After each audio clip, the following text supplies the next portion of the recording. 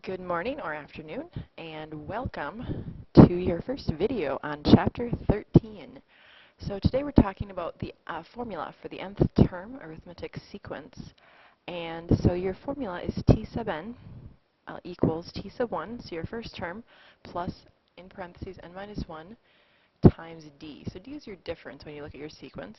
N minus 1 is just that idea that we're kind of taking that difference that many times. And the sub n there allows you to then figure out what term you're at. So I have an example here of t sub n equals 2n plus 1. Now you may notice that it doesn't really look at all very much like our formula up there. So let's just take a look. Let's dig into this equation a little bit, see what's happening, look for our sequence. So if we evaluate t sub 1, it means that we're going to take our n value as being 1, so we get that t sub 1 is going to equal 3. So that's the first term in our sequence.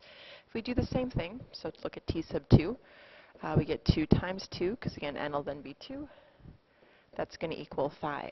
If we take a look, one more, at t sub 3, we get 2 times 3 plus 1, so we're looking at 7.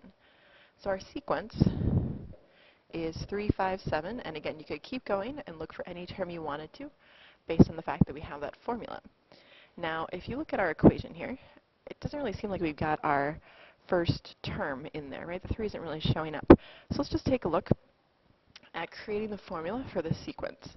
So the 3 is really going to be our t sub 1, and then we're seeing here that our difference, d, is a difference of 2.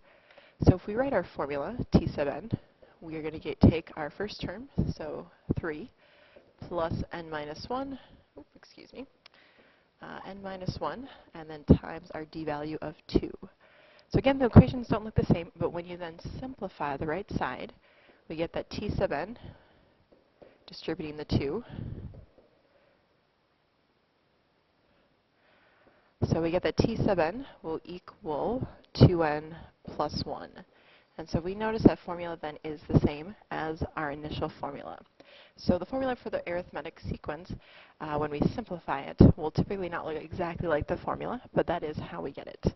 All right, thanks for listening. Good luck with the rest of this lesson.